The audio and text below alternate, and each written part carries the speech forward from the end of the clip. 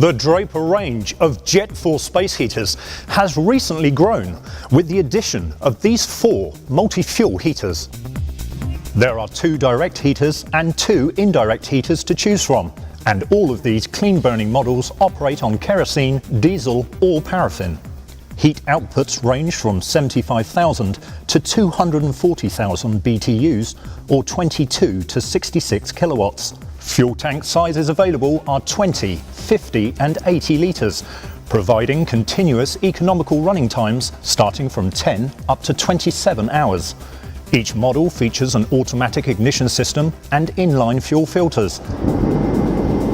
The indirect models benefit from high-pressure Danfoss fuel pumps, photocell flame safety devices, fuel gauges and pneumatic tyres. The advantage of top-mounted exhaust flues is that the heated air output provides you with clean hot air every time and won't be contaminated with combustion gases already present in your workshop or garage. So, why work in the cold? Get a Draper multi-fuel space heater.